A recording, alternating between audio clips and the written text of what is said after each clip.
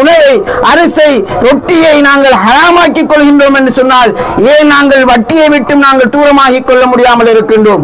ஏன் நாங்கள் பாவமான காரியத்தை விட்டு நாங்கள் தூரமானவர்களாக இருக்க மறந்து வாழுகின்றோம் என்ற வாசலினூடாக சொர்க்கத்துக்கு அழைக்கப்பட இருக்கின்றோம். யா அய்யுஹல்லதீன ஆமனு தக்குல்லாஹ ஹக்க துகாத்திஹி வலா தமூதுன்ன இல்லா வ அன்தும் முஸ்லிமீன்.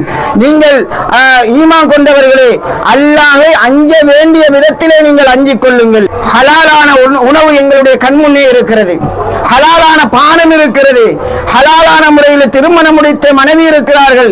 இப்படி எல்லாம் ஹலாலான முறையிலே எங்களுடைய கண்முன்னே இருக்கிற போது இந்த ரமலானுடைய காலத்தில் நீங்கள் பானங்கள் அருந்தக்கூடாது, உணவுகள் உண்ணக்கூடாது, மனைவிகளோடு இல்லறத்தில் ஈடுபடக்கூடாது என்று எதனை அல்லாஹ் தஆலா ஹலாலாக்கி இருக்கின்றானோ அந்த காரியத்தை நாங்கள் படைத்த ரப்புல் ஆலமீனுடைய கட்டளைக்காக வேண்டி ஹராமாக்கிக் கொள்கிற ஒரு சந்தர்ப்பத்தை பார்க்கின்றோம்.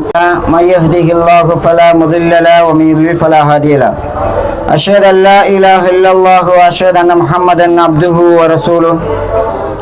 கண்ணியத்துக்குரிய எல்லாம் வல்ல அல்லாஹ்வின் நல்லடியார்களே, இஸ்லாமிய சகோதர சகோதரிகளே,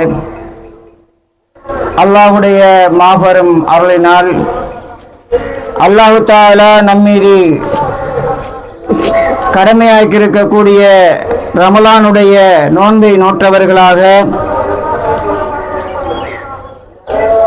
அல்லாஹ்வின் தூதர் ஸல்லல்லாஹு அலைஹி வஸல்லம் அவர்கள் வழிகாட்டியதன் அடிப்படையில் பெருநாளை திடலில் தொழுக வண்ணமாக நாம் இருந்து கொண்டிருக்கின்றோம். இந்த நல்ல சந்தர்ப்பத்திலே அல்லாஹ் தஆலா திருமறை குர்ஆனிலே இந்த ரமலானுடைய இந்த காலங்கள் எங்களுக்கு தரக்கூடிய பயிற்சிகள் குறித்து பல்வேறுபட்ட விளக்கங்களை திருமறை குர்ஆனிலே எங்களுக்கு வழிகாட்டுவதை பார்க்கின்றோம். இப்படியான இந்த சந்தர்ப்பத்திலே இந்த பெருநாளுடைய தினங்களில் நாம் அவசியம் அறிந்து கொள்ள வேண்டிய சில அம்சங்கள் குறித்து நாம் உங்களுக்கு சில அறிவுரைகளை எடுத்துக் கூறலாம் என ஆசைப்படுகின்றேன். அந்த வகையில் எந்த ஒரு வணக்கத்தை எடுத்துக்கொண்டாலும் அந்த வணக்கம் ஒவ்வொரு எதிர்பார்ப்புகளை கொண்டதாக, ஒவ்வொரு நோக்கங்களையும் கொண்டதாக இருப்பதை பார்க்கின்றோம். நோக்கங்கள் இல்லாமல் செய்கின்ற அந்த வணக்கங்கள் வெறுமனே ஒரு சடங்காக, ஒரு சம்பிரதாயமாகத்தான் இருக்குமே ஒழிய அந்த நோக்கத்தை புரிந்து அறிந்து நிலைநாட்டுகிற போதுதான் உண்மையான முஸ்லிம்களாக, உண்மையான மோமின்களாக நாங்கள் மாற முடியும். அந்த வகையில் இந்த ரமலானுடைய இந்த காலகட்டத்திலே இறைவன் பல்வேறுபட்ட வணக்க வழிபாடுகள் குறித்து நினைவூட்டுகின்ற போது தொழுகை என்கிற ஒரு வணக்கத்திற்கும் ஒரு நோக்கம் இருக்கிறது. ஜகாத் என்று சொல்லக்கூடிய ஒரு வணக்கத்திற்கும் ஒரு நோக்கம் இருக்கிறது. குர்பானி என்று சொல்லக்கூடிய அந்த வணக்கத்திற்கும் ஒரு நோக்கம் இருக்கிறது. அதே போன்று நாம் செய்கிற ஹஜ்ஜிக்கும் ஒரு நோக்கம் இருக்கிறது. இப்படி இந்த நோக்கத்தை நிறைவேற்றுகின்ற அடிப்படையில் செய்கின்ற அந்த வணக்கம் தான் ஒரு ஈடேற்றமானதாக, அல்லாஹ்விடத்திலே ஏற்றுக்கொள்ளப்படக்கூடிய ஒன்றாக இருப்பதை நாங்கள் பார்க்கின்றோம். அந்த வகையில் அல்லாஹ் தஆலா திருமறை குர்ஆனிலே தொழுகையினுடைய நோக்கம் குறித்து சொல்லுகிற போது, இன்ன ஸலாத்த தன்ஹா அனில் ஃபஹ்சாயி வல் முன்கர், தொழுகை என்பது மானக்கேடான வெறுக்கத்தக்க செயல்களை விட்டும் தடுக்கும் என்று அல்லாஹ் தஆலா தொழுகையினுடைய நோக்கம் குறித்து சொல்லுகிறான்.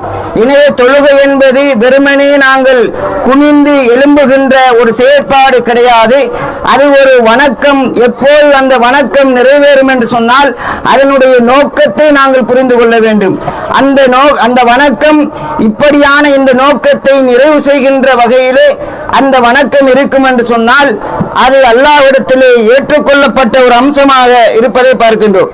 அதே போன்று ஹஜ்ஜி என்று சொல்லக்கூடிய ஒரு வணக்கத்தை எடுத்துக்கொண்டால் அது குறித்து அல்லாஹ் தஆலா சொல்லுகிறான், ஃபமன் ஃபரல ஃபீஹின்னல் ஹஜ்ஜ, அம்மாதத்தை நீங்கள் ஹஜ்ஜை விதியாக்கி கொண்டவர்கள் அந்த ஹஜ்ஜின் போது ஃபலா ரஃபத வலா ஃபுசூக வலா ஜிதால ஃபில் ஹஜ், அந்த ஹஜ்ஜுடைய அந்த தினத்திலே மனைவிகளோடு சந்தோஷமாக இருப்பது, அதே போன்று குற்றம் புரிவது, விதண்டாவாதம் புரிவது, அந்த ஹஜ்ஜிலே கூடாத ஒரு காரியமாக ஹஜ்ஜினுடைய நோக்கம் குறித்து அல்லாஹ் தஆலா குறிப்பிடுகிறான்.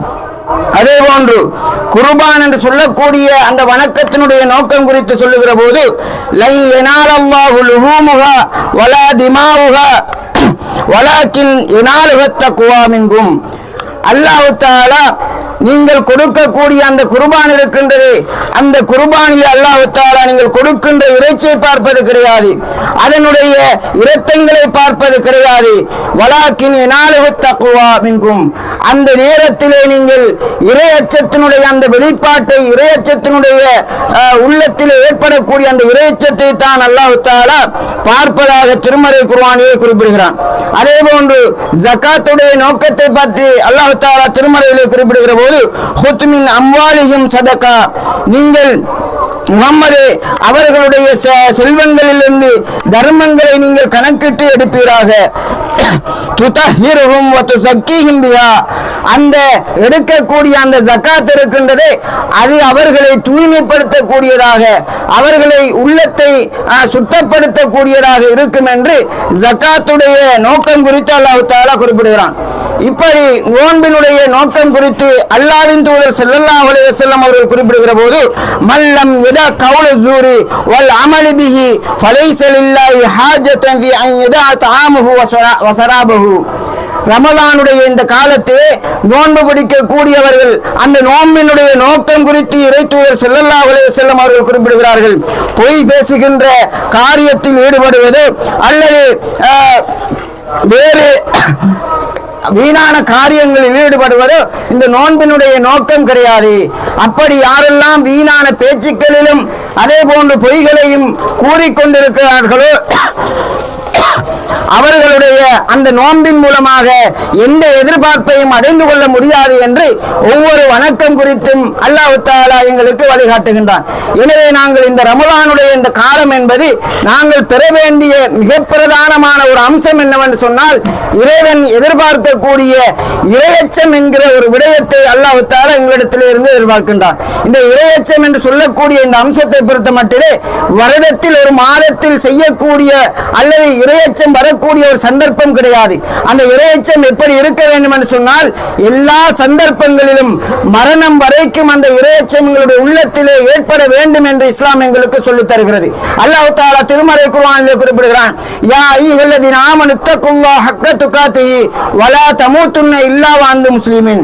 நீங்கள் ஈமான் கொண்டவர்களே அல்லாஹ்வை அஞ்ச வேண்டிய விதத்திலே நீங்கள் அஞ்சிக் கொள்ளுங்கள். அஞ்ச வேண்டிய விதம் என்று சொன்னால் எல்லா சந்தர்ப்பங்களிலும் நீங்கள் அல்லாஹ்வை அஞ்சிக் கொண்டு இருக்க வேண்டும், அல்லாஹ்வுடைய நினைவிலே நீங்கள் இருக்க வேண்டும் என்று அல்லாஹ் தஆலா திருமறையிலே எங்களுக்கு சுட்டிக்காட்டுகின்றான். அதே போன்று இறை தூதர் ஸல்லல்லாஹு அலைஹி வஸல்லம் அவர்கள் குறிப்பிடுகிறார்கள், நீங்கள் அல்லாஹ்வை பார்க்காவிட்டாலும் அல்லாஹ் தஆலா உங்களை பார்த்துக் கொண்டிருக்கின்றான் என்கிற எண்ணத்தோடு நீங்கள் வாழுங்கள் என்று இறை தூதர் ஸல்லல்லாஹு அலைஹி வஸல்லம் அவர்கள் எங்களுக்கு சுட்டிக்காட்டுகிறார்கள்.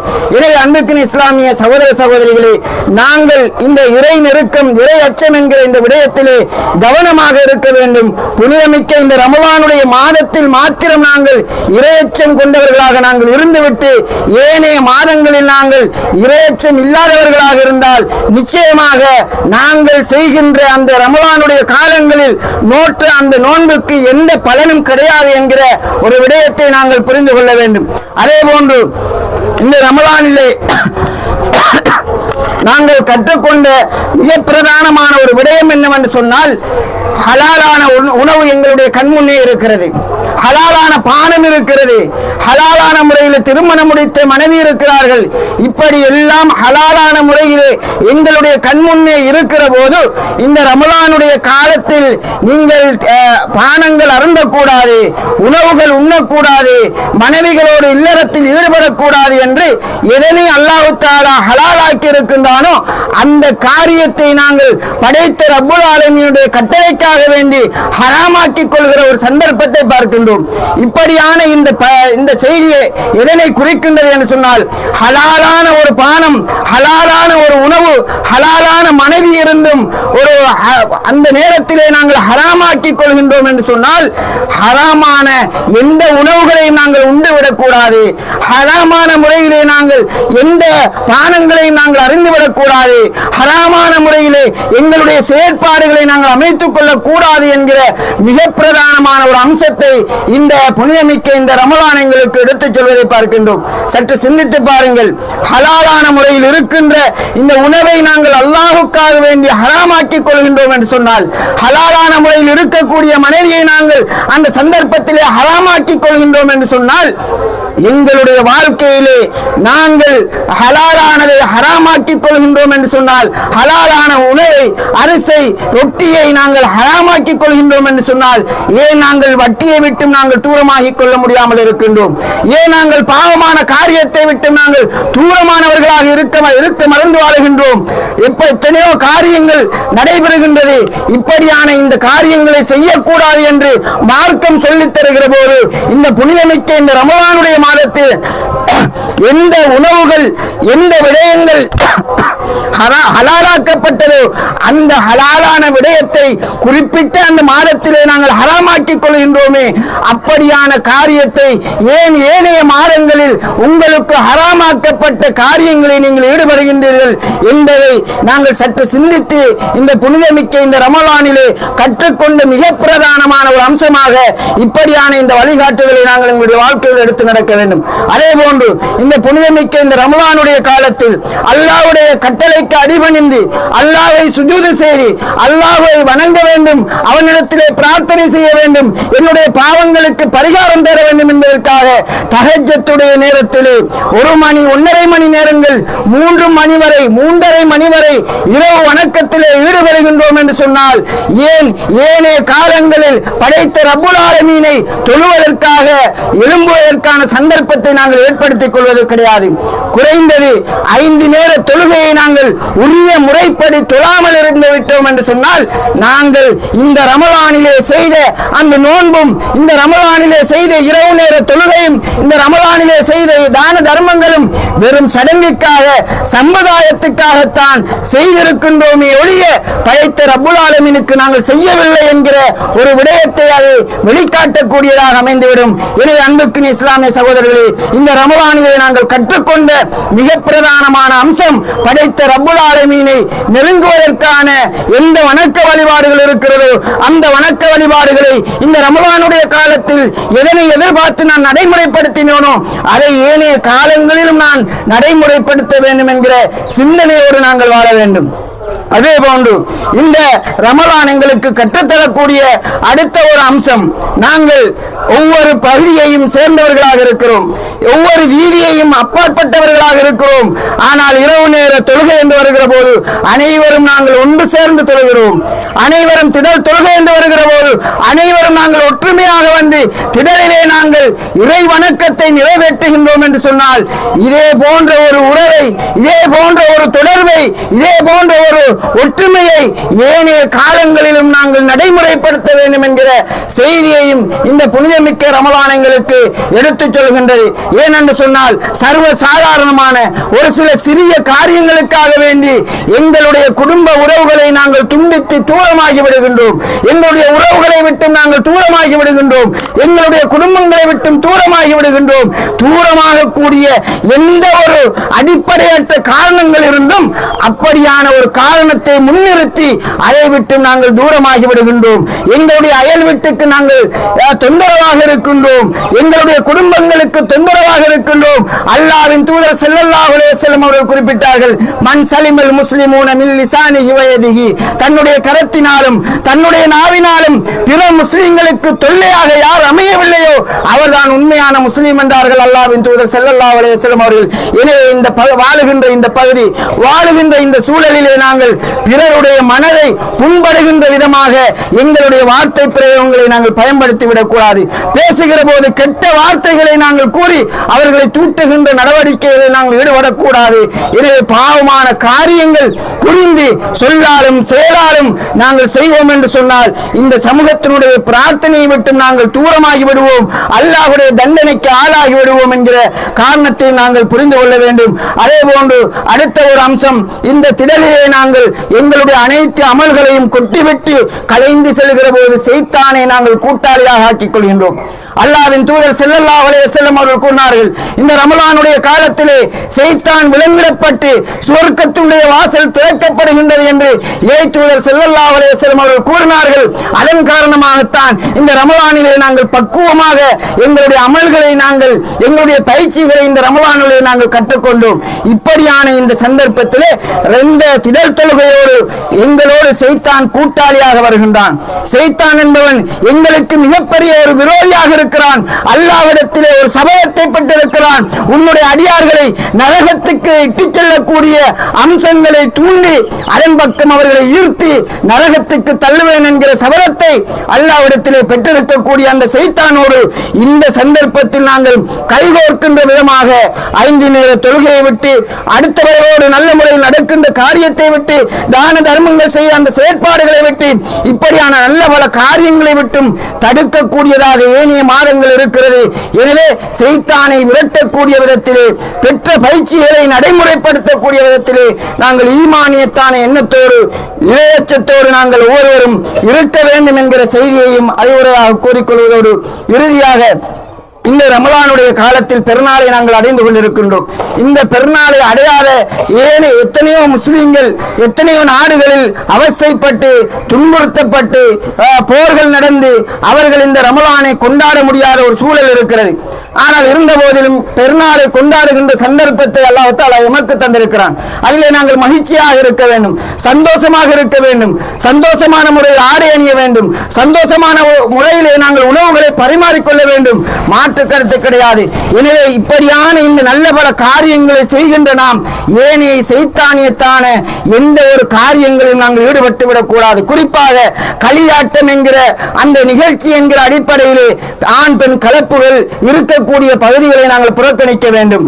எப்படிப்பட்ட இடங்கள் எல்லாம் அல்லாஹ்வுடைய சாபத்தையும் கோபத்தையும் பெற்றுத்தரக்கூடியதாக இருக்கிறதோ, இசை இஸ்லாத்தில் ஹராமாக்கப்பட்டிருக்கிறதோ, ஆண் பெண் இரு கலப்பும் எப்படி ஹராமாக்கப்பட்டிருக்கிறதோ அப்படியான ஹராமான ஒரு காரியத்தை ஈமான் கொண்ட எந்த ஒரு முஸ்லிமும் எந்த ஒரு மூமினும் எந்த ஒரு ஆண்களும் பெண்களும் ஒருபோதும் செய்ய மாட்டார்கள் என்கிற உறுதிமொழி அடிப்படையிலே நாங்கள் இந்த புனிதமிக்க இந்த ரமலானிலே வீணான காரியங்களை விட்டு ஒதுங்கி வாழக்கூடியவர்களாக, குடும்ப உறவை பேணக்கூடியவர்களாக, அயலவர்களோடு நல்ல முறையில் நடக்கக்கூடியவர்களாக, நாங்கள் உண்ணக்கூடிய உணவுகளை அடுத்தவர்களுக்கு கொடுத்து உதவக்கூடியவர்களாக இருக்க வேண்டும். யாருக்கெல்லாம் பிற மதத்தவர்களோடு தொடர்பு இருக்கிறதோ, பிற மதத்தவருடைய விடயங்களிலே நாங்கள் கரிசனை செலுத்தி எங்களுடைய உணவு பண்டங்களை நாங்கள் அவர்களுக்கும் பகிர்ந்து கொண்டு சமாதானம் சுவிட்சமான முறையிலே இன ஐக்கியத்தோடு இன ஒற்றுமையோடு நாங்கள் இந்த நாட்டிலே நாங்கள் வாழ வேண்டும் என்கிற செய்தியையும் கூறிக்கொண்டு